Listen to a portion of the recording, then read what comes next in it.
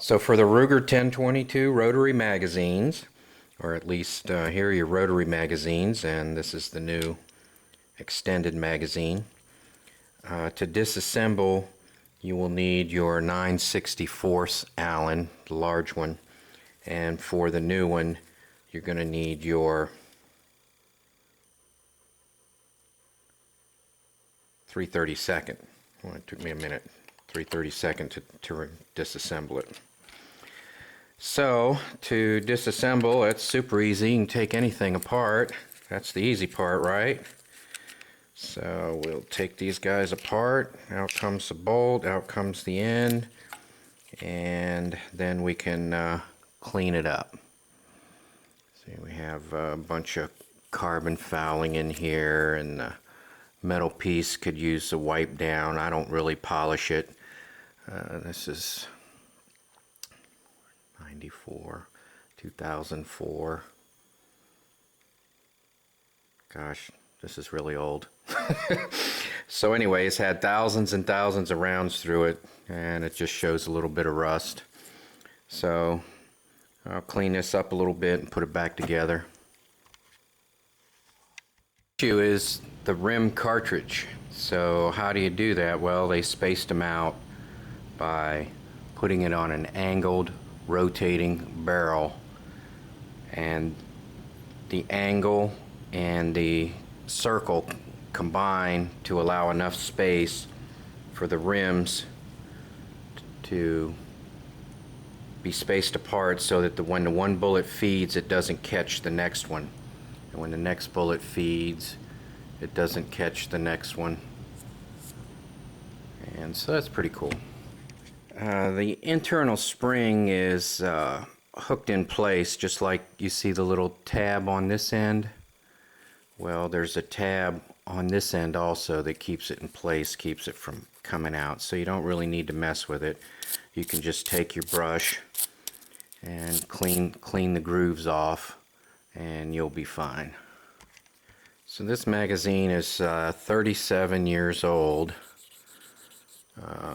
And it's the first time I've ever cleaned it, and you can see there's hardly anything on it.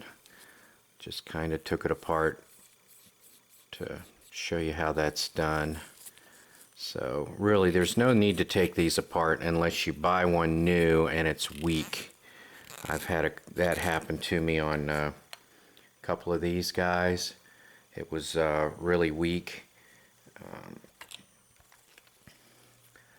I went to load it, and it was just not feeding well. So I took it apart and tensioned the spring up a little bit and made it feed better. So let's put this back together.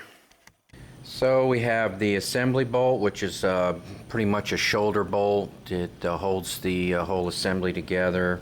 Have the main body. Have the feeding ramp, which is a steel block with the lips on it. Have a back plate that holds the assembly together. We have the rotating barrel assembly with the grooves, angle grooves in it to allow for the rim cartridge to feed. And then we have a rear spring tensioner that also holds the assembly together. You'll notice that on the magazine barrel, one of the lips is extended. Don't worry about that right now, other than don't let it get caught in the lips right away during assembly. Let it float around so it'll hook the spring. I'll show you that. Alright, let's reassemble the magazine. Now I'm going to make it look easy for the camera, but there's a lot of flip-flopping around and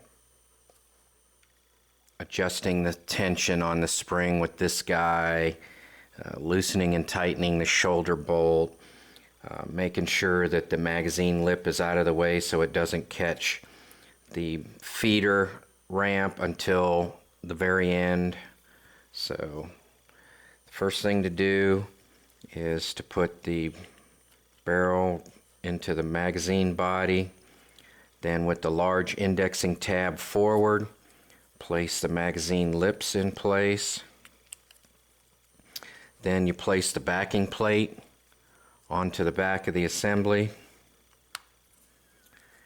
Now begins the part where you tension it up. You want to either put your bolt in or not. I recommend not at the beginning. You line the little spring tab sticking out the back with the hole that's in your tensioner nut here. So we'll do that. Once you have the spring tab hooked into the tensioner retaining nut, if you want to call it a nut, then you just rotate it to put some tension on there. I like about a turn and a half, 2 turns. It pretty much dictates how tight it's going to be, and then fit it into the groove in there, and then put your shoulder bolt in place, tighten it down, check your tension to see if you have enough spring on there. If you want more, you can just rotate it to tension it up, and then tighten your shoulder bolt back down. Just loosen and tighten and loosen and tighten until you're satisfied with the amount of tension that's on the feed lip, and you're good to go.